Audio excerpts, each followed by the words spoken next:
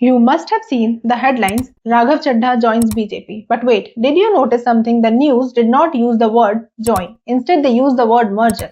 Why merger? Why not just simple joining? To understand this, we need to go back to a famous story from 1967, the story of Ayaram Gayaram.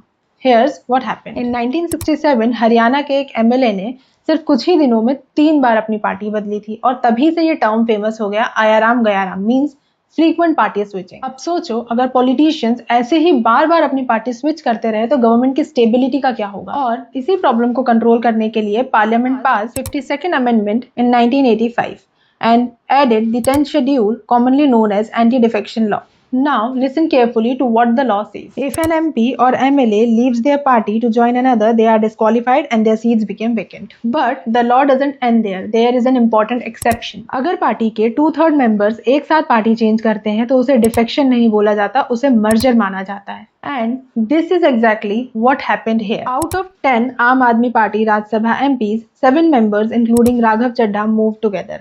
क्योंकि 10 में से 7 members यानी 70%, ये number 2/3 की requirement से ज्यादा है। This clearly means the 2/3 requirement. So they did not just join a party, they legally merged into the BJP. This protects them from disqualification and keeping their power and their seats safe.